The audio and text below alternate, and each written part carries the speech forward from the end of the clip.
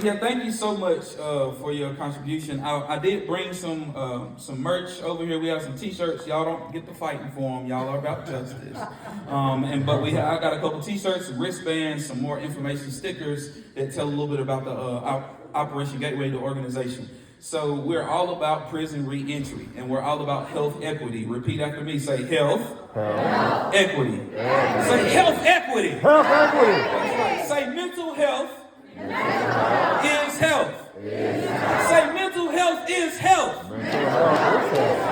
That's right. We normalize talking about health because as a person who was formerly incarcerated myself, when I came home from prison, I was like, I was confused. There's so many things that people have to do when they come home from prison. Some people come home, they don't have any family to go to. They have burned them bridges down. I'm talking burn, baby, burn. Some of y'all Al-Anon folks in here know what I'm talking about. But when they come home, a lot of times they have made a decision to change their life. And when they do come home, they come home to a community. So at Operation Gateway, our mission, everybody say mission. Our mission is to decrease recidivism by addressing social determinants of health of returning citizens. Okay? Yes.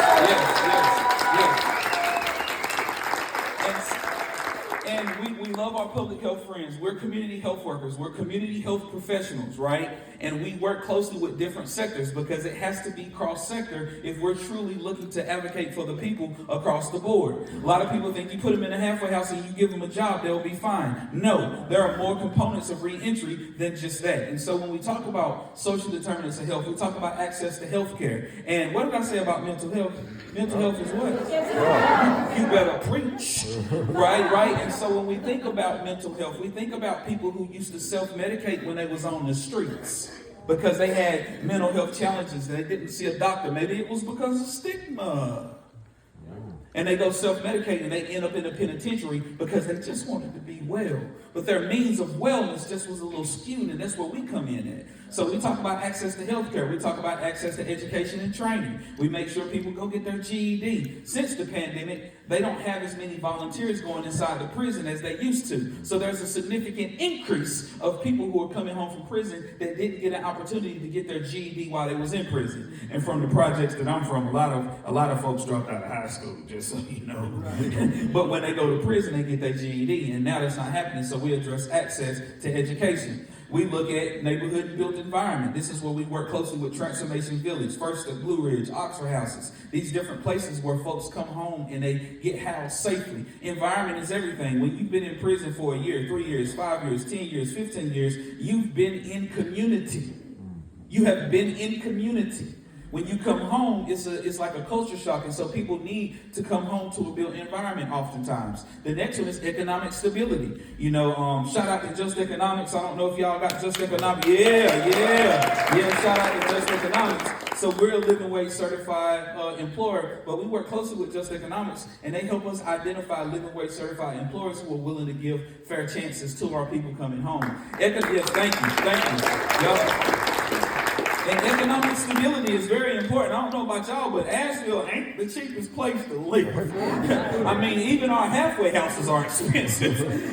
and so the next one that we look at after economic stability is social and community context. And that's the one that we really specialize in because we take our lived experience. Everybody say lived experience. We take our lived experience to be able to help people address that stigma. Because when they hear us talking about how we done been through it, how I take my Lexapro and it works well, you know what I'm saying? We're able to recover out loud and it normalizes it and it helps to address the stigma. You feel me? And addressing stigma is everything. So what do we do with $1,300? I'm going to say this, shut up. He told me you got 5 minutes. Now, you know I'm a preacher too, just so y'all know I'm real. So I'm telling you, I can go. I turn this church out. But so let's look at $1,300. Believe it or not, some people can't get food stamps because of a certain drug charge. Even when they come home from prison, if they have a certain drug conviction, they can't get food stamps indefinitely. If this breaks your heart or ticks you off, I didn't want to cuss in church. Oh, if it ticks you off, right? Get on the bus with us on May the 6th for Advocacy Day. Portia has rode with us down there in years past. We go down to Raleigh. It's a whole bunch of people who are about change, who are about reform, and we come together. What is that I seen up there? It's this cultivated change through what? Unity, right? So if you have time, you want to get on the bus with us, you don't got to do nothing but bring yourself. You get fed and everything. You be on a bus full of hype people that want to change the world. But we're trying to get that policy change for food stamps. So what can we do with $1,300? $120 would get somebody a week of food when they come home from prison. And we love ABCCM and the food banks and everything because you need those too. But it's just something about going in the grocery store and get your rice, your ground beef, your what y'all like, Fruit Loops? Some of y'all Fruit Loops folks. You know what I'm saying? But being able to go in there and get your vegetables and stuff like that, just being in the grocery store. But $120, that's 10 people, right? With the $1,300 that y'all give, that's 10 people that'll be able to get groceries. Or maybe it's bus passes. Well, a monthly bus pass is $10. That's a lot of monthly bus passes we can get, or we can get an annual bus pass for $110, right? How many people can we help with that $1,300? Thank you. Or maybe we want to talk about being able to use unrestricted. Everybody say unrestricted. Unrestricted. How many people here know about the grant world, know about grants and stuff? So y'all already know unrestricted dollars are everything. Because we might have a busy day, and I went to the Social Security office, register deeds, and all of these places, and it's getting close to time to go to a 12-step meeting. But they're hungry. With unrestricted dollars, we can just pull up at Chick-fil-A, Green Sage, get them a good meal before a meeting. You know what I'm saying? Because it's unrestricted. And last but definitely not least, just being able to have the funding available to do something on the spot. And so last night, after we finished our ministry at the Neil Dobbins Center, I'm going to say this, I'm going to shut up. I know I'm probably past 5 minutes. But we had left our ministry at the Neil Dobbins Center, in which we go there every Saturday at 6 o'clock.